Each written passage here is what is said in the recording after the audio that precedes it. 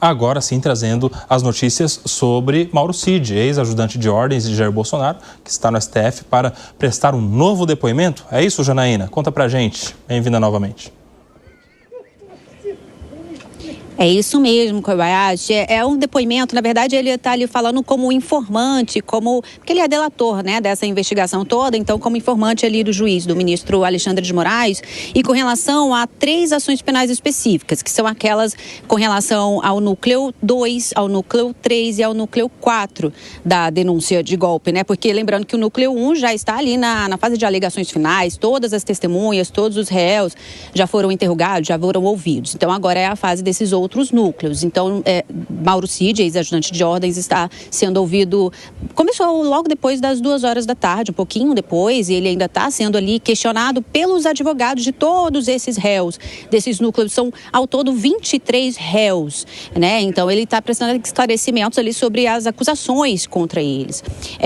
O Mauro Cid, ele foi questionado no início ali da audiência pelo advogado de Felipe Martins, que ele é réu ali do núcleo 2, né? O núcleo 2 seriam aqueles que teriam gerenciado ações para executar o plano de golpe, segundo a denúncia da PGR. E Mauro Cid, novamente, ele reafirmou que ele já disse em delação premiada e interrogatório sobre Felipe Martins, de que Felipe Martins teria teria modificado uma minuta de golpe a pedido de Jair Bolsonaro e que esse documento foi apresentado para os comandantes das 3 Forças Armadas ali no final de 2022. E segundo Mauro Cid, era um documento que previa a prisão de autoridades, previa novas eleições. E ele reafirmou, então, tudo até o momento. Ele está reafirmando tudo que ele já disse aqui ao Supremo, no interrogatório, porque essa é a segunda vez que ele está sendo ouvido nessas audiências, né, de testemunhas, porque Kobayashi começou hoje as audiências de todas as testemunhas desses 3 núcleos. Então, Mauro Cid está sendo ouvido nessa condição de informante, e essas testemunhas vão ser todas ouvidas até o próximo dia 23. Mas agora à tarde ele está sendo ouvido, está sendo questionado pelos advogados de defesa e inclusive é uma audiência que tem a expectativa de durar aí o dia inteiro, porque são vários advogados, né, de vários réus que vão questionar Mauro Cid, mas até o momento ele está confirmando o que ele já disse à Justiça. Kobayashi. Muito obrigado, Janaína Camelo, ao vivo e diretamente de Brasília. Por aqui eu quero chamar o Bruno Musa. Como é que você está vendo? Mais uma vez, Mauro Cid diante de Alexandre de Moraes em um novo depoimento, agora na condição de informante, Bruno Musa, que é aquela testemunha que não presta o compromisso com a verdade, porque no caso dele, ele é réu em um processo sobre os mesmos fatos, tem interesse, portanto, em relação ao que é dito. Por isso é que ele é um informante, ele pode ser ouvido agora nessa condição, mais uma vez pelo ministro, está acontecendo no STF. Bruno Musa. Bom, vamos lá. Primeiro, perdão pela instabilidade que teve aqui, pessoal. Bom, mais uma vez aqui, vamos ver o que nos espera. Da primeira vez, realmente tivemos surpresas, por assim dizer, depoimentos ou mudanças de depoimentos, versões, contestações complicadas ali. Sinceramente, paramos de falar a respeito do tema. No meu entender, ali foi algo bastante comprometedor, bastante sério, em que, ao que parece, ele não foi 100% com a verdade naquele depoimento dele, o que poderia comprometer, inclusive, a delação como um todo. Agora, veremos o que vem adiante. Eu estava olhando aqui o que ele já vem falando. Ele falou, pelo menos do pouco que eu consegui escutar até o momento, que a gente entrou aqui ao vivo, foi que ele falou que, a respeito do Felipe Martins, que ele não estava no avião do Jair Bolsonaro quando foi para os Estados Unidos. Então, vamos ver se, de repente, o que sai agora, como você muito bem falou, não tem a obrigatoriedade da verdade aí, se isso não vai entrar em confronto com o que ele falou antes. Mas isso já está um desenrolar que, enfim, leva a uma insegurança muito grande que o Brasil vem vivendo, instabilidade como um todo, e que um processo que já deveria ter acabado, se é que deveria ter começado dessa forma, né? Veremos cenas do próximo capítulo. E aí, Zé Maria Trindade, é aquilo, ele não tem o compromisso de dizer a verdade para fins de, eventualmente, responder por falso testemunho, né? O que ele diz, por exemplo, nesse processo não pode ser utilizado como fundamento nem para condenar, nem para absolver, porque ele é uma pessoa interessada, está sendo ouvido como informante, mas ele tem um compromisso legal de endossar aquilo que já foi dito na delação, sob pena de inviabilizar o que já foi prestado lá naquelas várias oportunidades ao ministro Alexandre de Moraes. Ou seja, Zé Maria, todos os outros advogados de todos os outros processos, inclusive do ex-presidente Bolsonaro, de olho no que está dizendo Mauro Cid aí, para pegar alguma contradição com as suas versões já apresentadas, né? Mauro Cid guarda a grande expectativa e a dúvida deste processo que está sendo julgado pelo Supremo Tribunal Federal. É como os ministros da primeira turma vão entender a delação dele.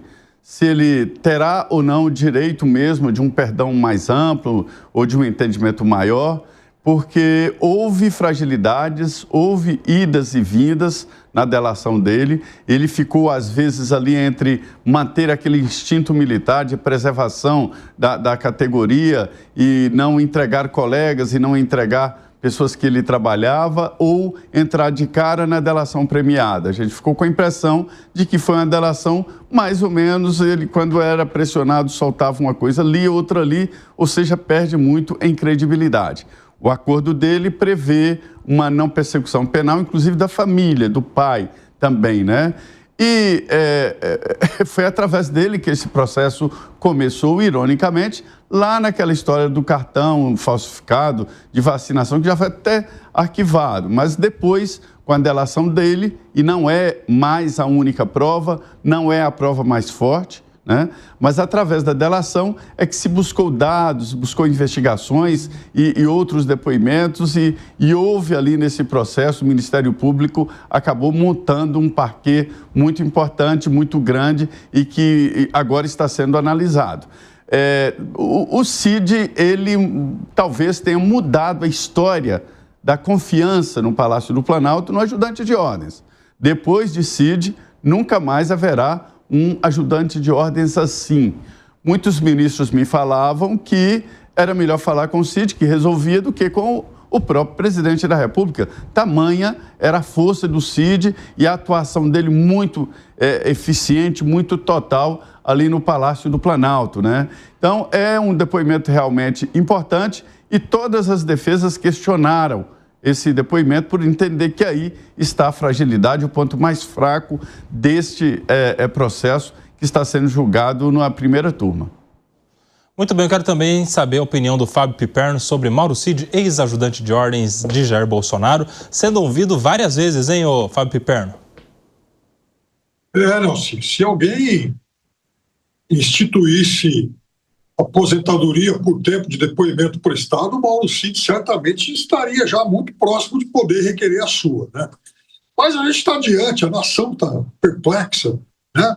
A cada vez que ele abre a boca, porque sabe que está diante, primeiro, de um personagem vulgar, de um vigarista, e segundo, de um vigarista que conheceu as entranhas do poder.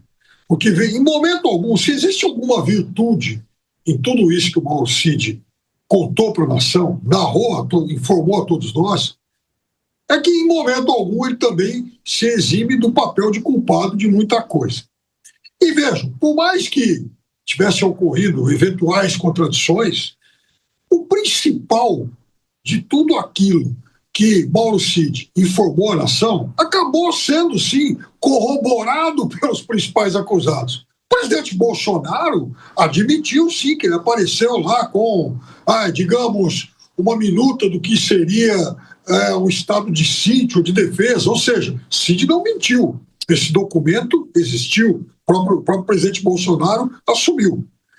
No entendimento do presidente Bolsonaro, aquilo não era golpe, mas o fato é que há tentativa de se interferir no resultado da eleição ocorreu, né? Em relação a isso, Bolsonaro, entendo eu, seja até um réu confesso.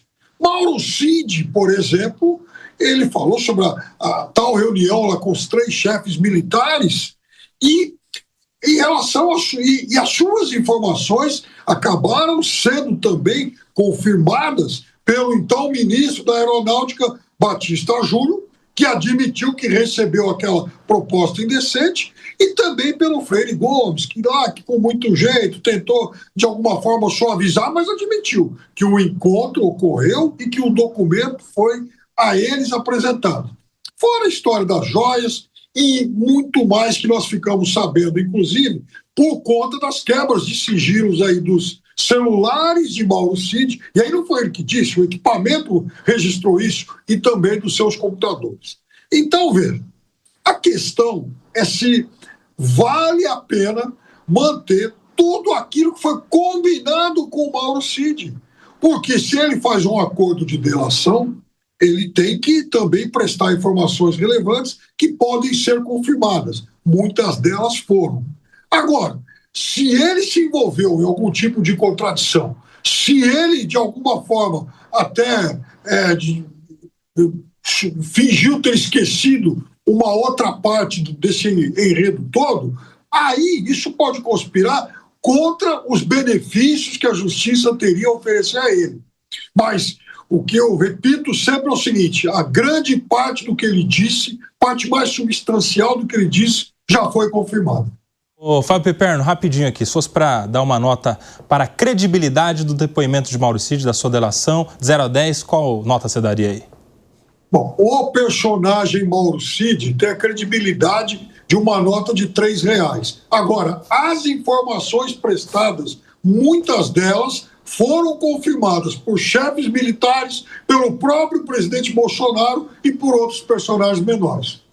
Não deu a nota também, Alan Gani. E você? Sua nota e seu comentário. Alan Gani. Nota 2, né? Pelo seguinte, não dá para levar muito a sério o que o Mauro Cid diz, né? Ele tem versões diferentes. Então, num primeiro momento, na delação, ele dá um caráter muito mais formal a tal tentativa de golpe e depois ele fala, não, é uma conversa de bar, né? Quando ele é ouvido ali na condição de acusado pelo Supremo. Não, ali foi uma conversa de bar, enfim, a gente estava levantando algumas hipóteses, enfim. Então, qual é a versão, a real? É a que ele falou lá no Supremo ou na delação? A gente não sabe. Agora, em relação ao que o Piperno falou, o que foi confirmado por alguns generais, o que foi confirmado, em certo sentido, até pelo próprio Jair Bolsonaro, de fato, foi confirmado uma cogitação de utilizar algum dispositivo da Constituição para colocar as Forças Armadas e inviabilizar o resultado das eleições. Agora, essa cogitação, por mais que seja, do ponto de vista moral, condenável, porque seria uma cogitação de um golpe, não houve a tentativa em si. Não tem a materialidade da tentativa de um golpe de Estado. Portanto, não é crime. Muito bem, meus amigos. A gente segue acompanhando. Daqui a pouco, certamente teremos notícias aí do que foi esse depoimento. Nossa equipe está lá, a postos, no Supremo Tribunal Federal, acompanhando tudo em tempo real, tudo que acontece lá no nosso judiciário. Janaína Camelo, nossa repórter, está inclusive presencialmente no STF, vai trazer informações a qualquer momento.